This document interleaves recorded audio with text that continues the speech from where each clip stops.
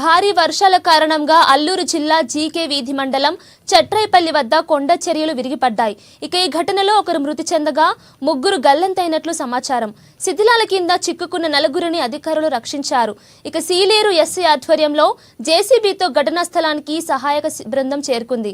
అంతర్రాష్ట్ర రహదారిలో పలు చోట్ల కొండ చర్యలు విరిగిపడ్డాయి. ఛత్తీస్గఢ్, తెలంగాణ, ఆంధ్రాను కలిపే అంతర్రాష్ట్ర రహదారిలో నర్సీపట్నం, భద్రాచలం రహదారిపై కొండ చర్యలు విరిగిపడ్డాయి. సీలేరు, ధారకొండ మధ్య 12 చోట్ల కొండ చర్యలు విరిగిపడినట్లు అధికారులు తెలిపారు. ఇక దాదాపు 16 కిలోమీటర్ల మేర పలు చోట్ల విరిగిపడటంతో ఆ మార్గంలో రాకపోకలు నిలిచిపోయాయి.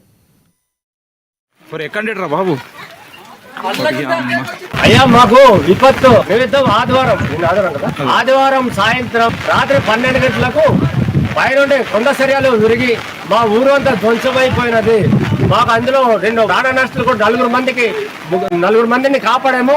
ఒక పాప గల్లంతులో, ఒక పాప ఇద్దరు ముగ్గురు గల్లంతులో ఉన్నారు. దయచేసి ప్రభుత్వం తక్షణమే వద్దకు రావాలని కోరుకుంటున్నాము. మాకు ఎటువంటి సిగ్నల్ లేదు, జియో సిగ్నల్ లేదు, బిఎస్ఎన్ఎల్ సిగ్నల్ లేదు. కాబట్టి కలెక్టర్ గారు దయచేసి ఇక్కడ మీరు దయచేసి మాకు న్యాయం చేకూరుస్తారని. మాకు తినడానికి తిండి లేదు, కట్టడం బట్టలు లేవు, కట్టు బట్టలతో గురుమూర్తి అది శివారులో ఉండడం వల్ల గురుమూర్తి ఇల్లుకి కుటుంబాలు అన్ని కూడా వెళ్ళి అక్కడ తలదాచుకోవడం జరిగింది. కాబట్టి తక్షణమే మాకు 24 గంటల లోపల మాకు వచ్చే మా గ్రామాన్ని సందర్శించాలనేసి మేము కోరుకుంటాం సార్. దయచేసి అలాగే